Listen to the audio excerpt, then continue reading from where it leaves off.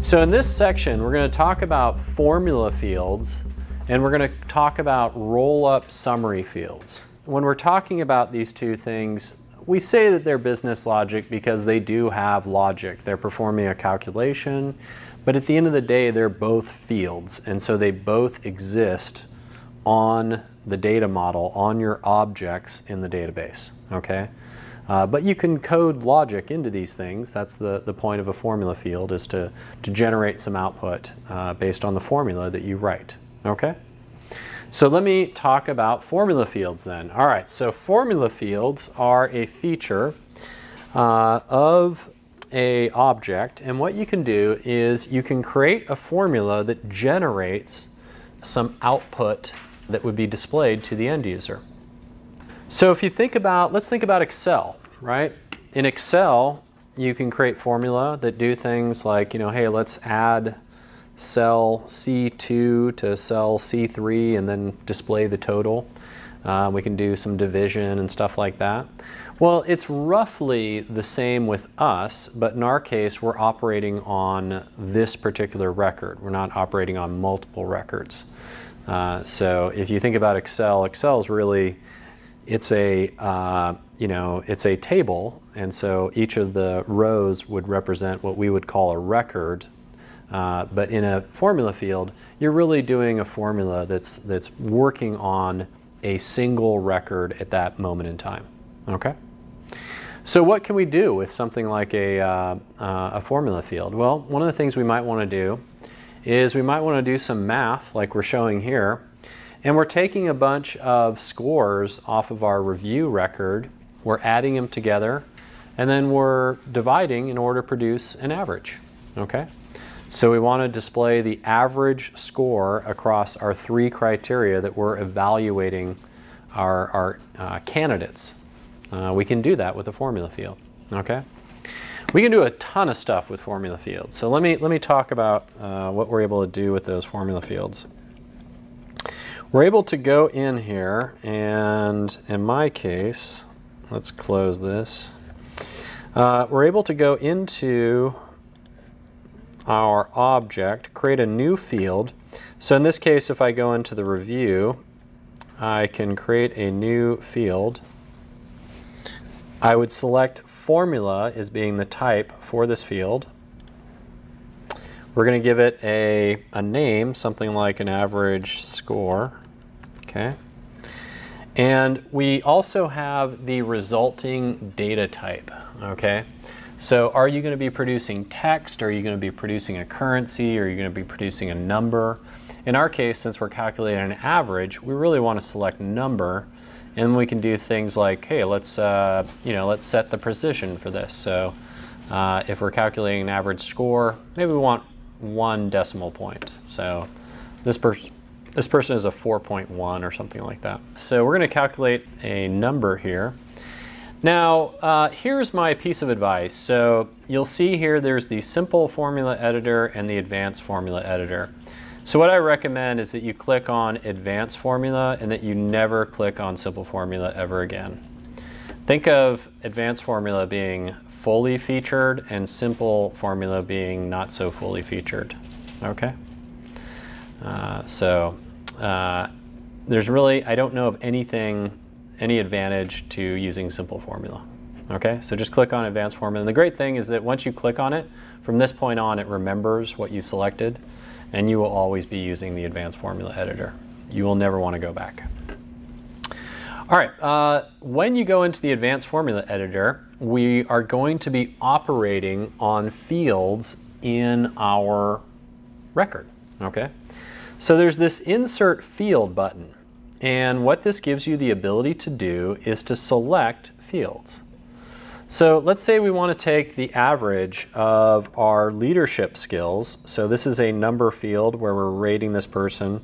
So let's take leadership skills, and we're going to add, I could either type in a plus or I could actually select it here. So if I was so determined, I could say I want to add that by simply doing that. And then what I'm going to do is I'm going to insert the experience score. This one's the number field, okay? I can type in my parentheses to establish precedence, then do a division. So I want to divide by 2, let's say. Okay. So take the leadership and the experience, then divide by 2, and that's our average score. Okay. And what this is going to do is it's going to round it to the the nearest 0.1 for this case. Okay. Now, there's other things that you can do with formula fields. Notice in here, when I clicked on the insert field, there's these $ fields. The $ fields allow you to access what we call global variables. So let's say that you want to do something conditional based on who the person is who's logged in. You could access this $user as information about the currently logged in user. So one of the things we might do is we might have, if their profile ID equals something, then we want to display one thing, but if their profile ID equals another, we want to display that other thing. Okay?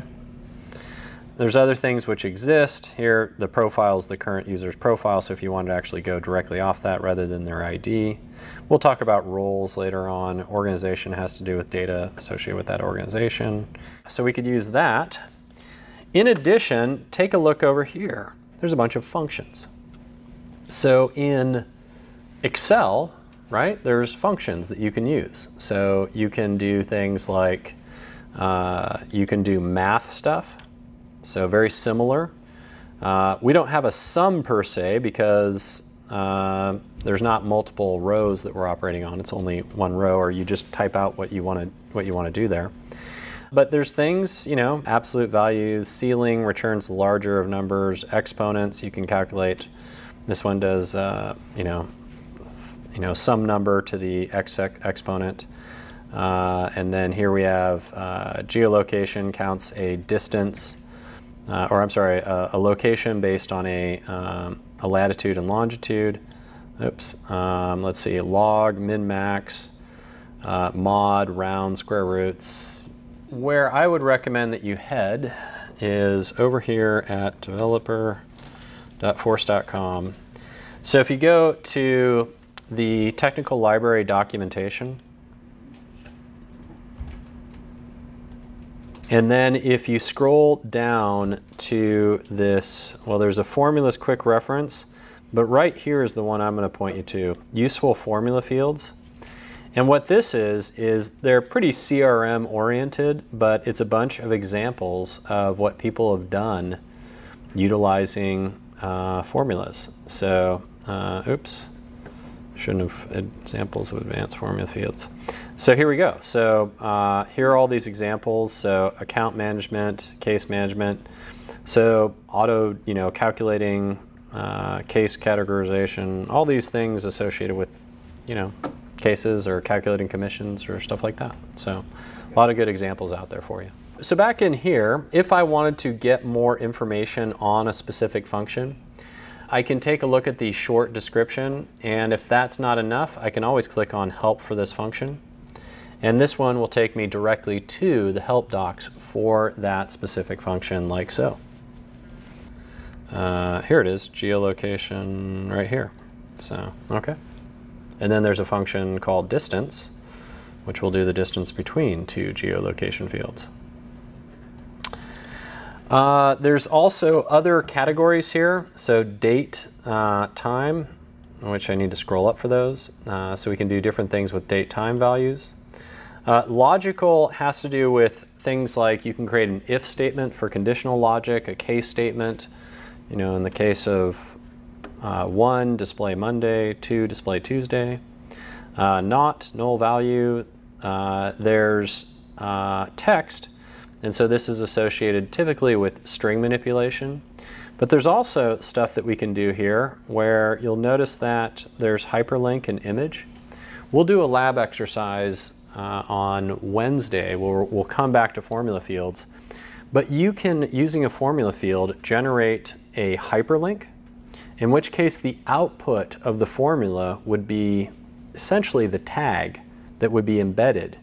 And so you can dynamically render that hyperlink.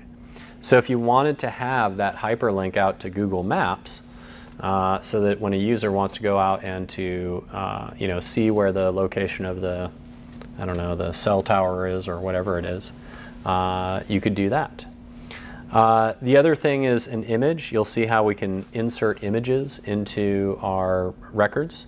And so ultimately this would need to reference the location of a JPEG or a GIF or whatever. So when you're creating these formulas, I think you want to go through, so what am I trying to accomplish in terms of what I want to display? Maybe spell it out in some pseudocode, some simple statements, and then write your formula. So recruiting managers have committed to working on each new position within 48 hours of when it's created. Recruiting managers need an easy way to monitor the number of hours since each open position was created.